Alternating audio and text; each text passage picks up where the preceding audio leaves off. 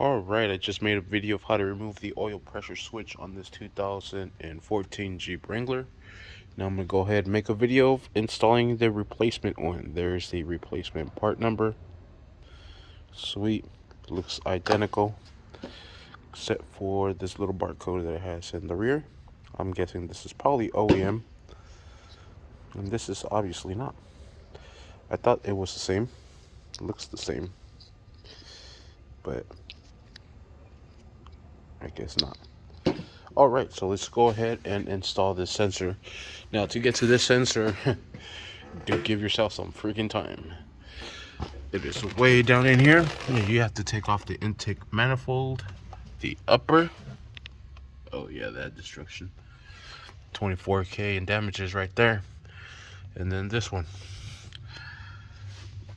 My boss ended a little too hard. Alright, so this already has like a red Loctite on there, so we're gonna just go ahead and screw this sucker back on, and that is on the bottom hole. We remove the temperature sensor to get to it.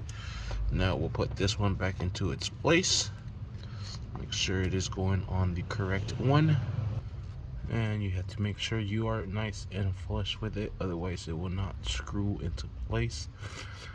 We will be using a size 27 socket. I'm sorry, I just came back from the dentist, and it's my spit bucket. Just my other rag down there full of blood. I hate the dentist. Anyways, back to this size 27 socket. Where you at? Oh yeah, you're hiding right here, bastard. And slip this sucker into place. Good luck with that as well. Alright, I'm using a 1/2-inch ratchet for these sockets. Alright, and we're going to use a 19 to tie down this temperature sensor, oil temp sensor. I put a new Teflon on it. So let's go ahead and install it. Alright, just thread in that temp sensor in there.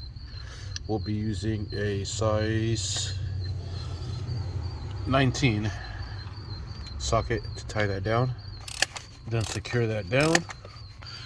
Alright, now let's plug in the sensors, starting with the bottom one first. Now let's remove all these towels from these runners.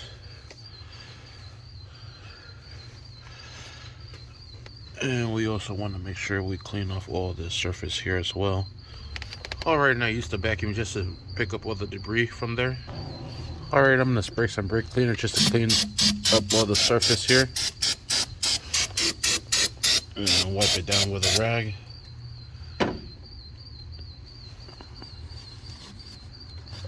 Just to clean it up as much as possible.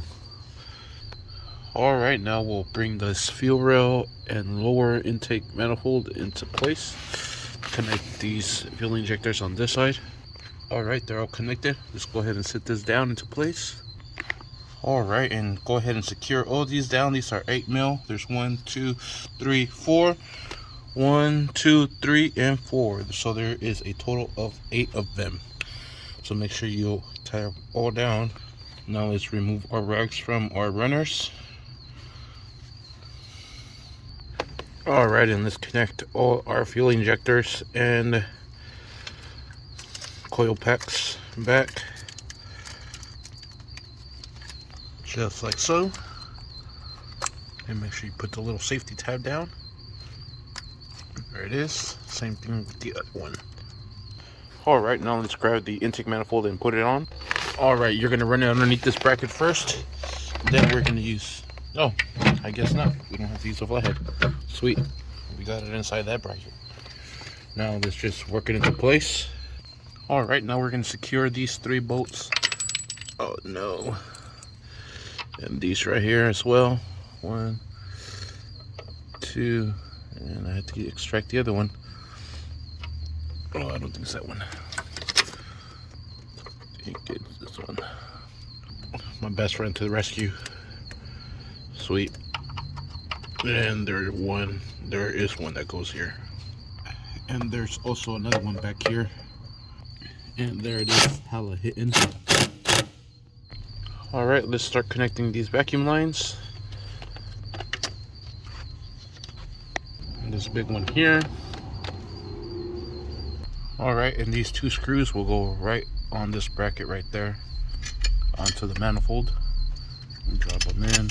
We'll secure them down. They look like 10s. And secure those down. 10 mil nut right here. Secure that down with a 10 mil. Now let's put in the intake piping. Slide that into place first. Then the air box. Then this air tube, this vacuum line to the air box. Secure this into place. Perfect. Put these lines there. This bolt right here.